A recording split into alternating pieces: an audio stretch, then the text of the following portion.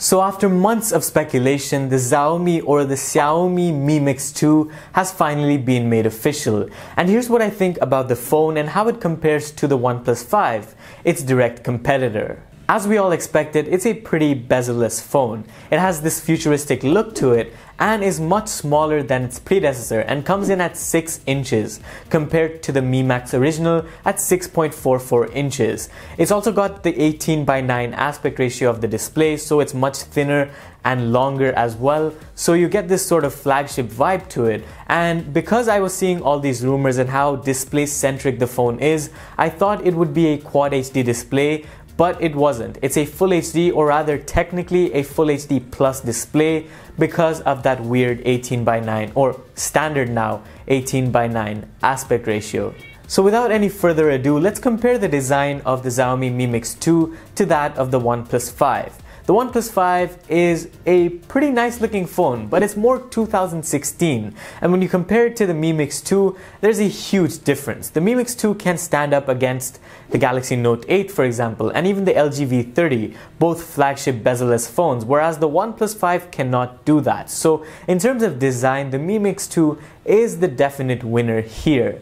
I'd like to also throw in the fact that the Mi Mix 2 comes in a ceramic build. As opposed to the standard one, you get 128GB of storage and 8GB of RAM, but it's much more expensive than any OnePlus 5 variant out there. So I won't be comparing the build quality that way because that just makes it unfair in my opinion. For the most part, in terms of specifications, you're looking at pretty standard stuff. A Qualcomm Snapdragon 835 processor, clocked at 2.45 GHz and 6GB of RAM. Of course, you don't get an 8GB RAM variant like you do with the OnePlus 5, but the good news is the Xiaomi Mi Mix 2 also comes with UFS 2.1 storage, which means you'll get fast read and write speeds just like you do on the OnePlus 5, and the default variant of the Mi Mix 2 comes in at 64GB, just like the OnePlus 5, with no expansion via microSD.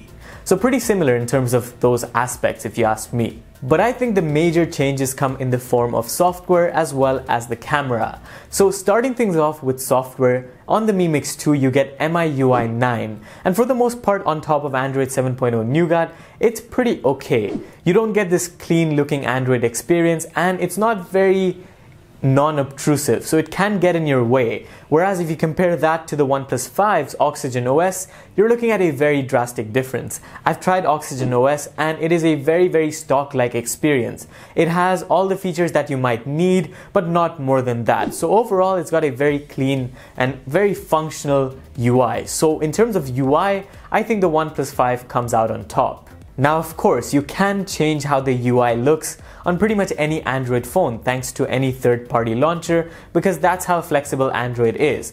But even though you can change the skin of the phone, you can't really do that for camera or hardware for that matter. And that's where I think another difference comes in.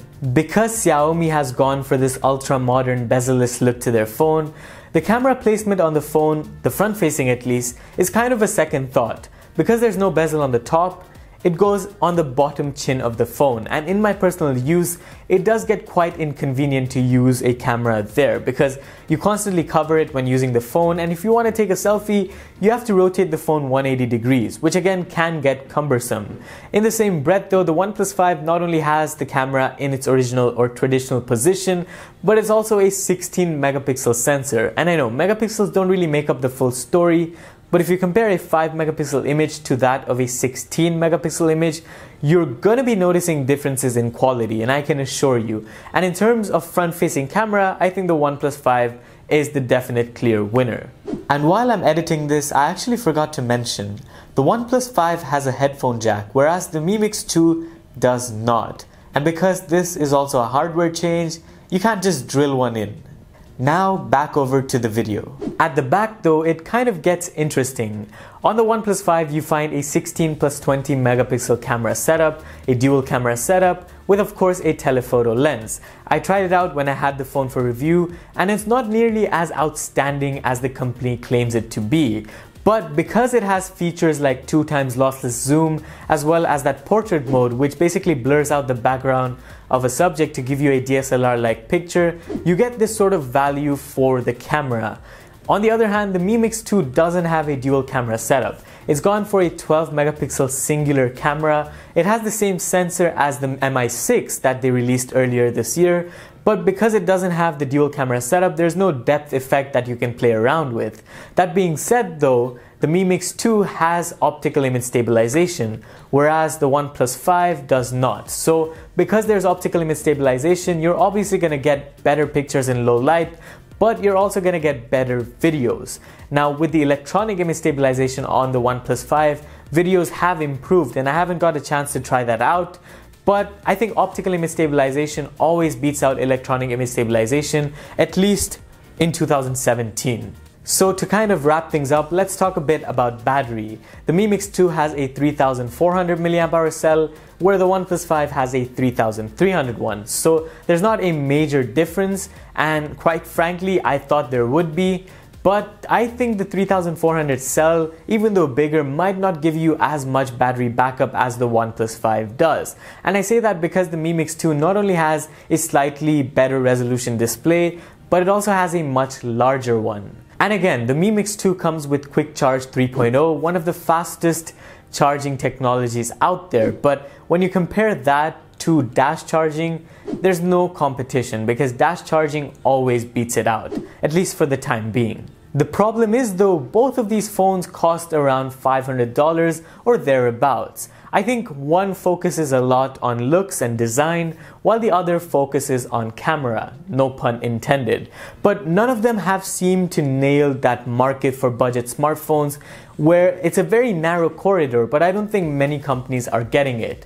I think when companies really focus on that 2K display, when they really focus on the dual camera, and when they focus on software experience, I think they are going to be closer and closer to the perfect budget phone. And I think the Nokia 8 has done that really well because it has all of the things I've mentioned, but it doesn't have the budget price tag.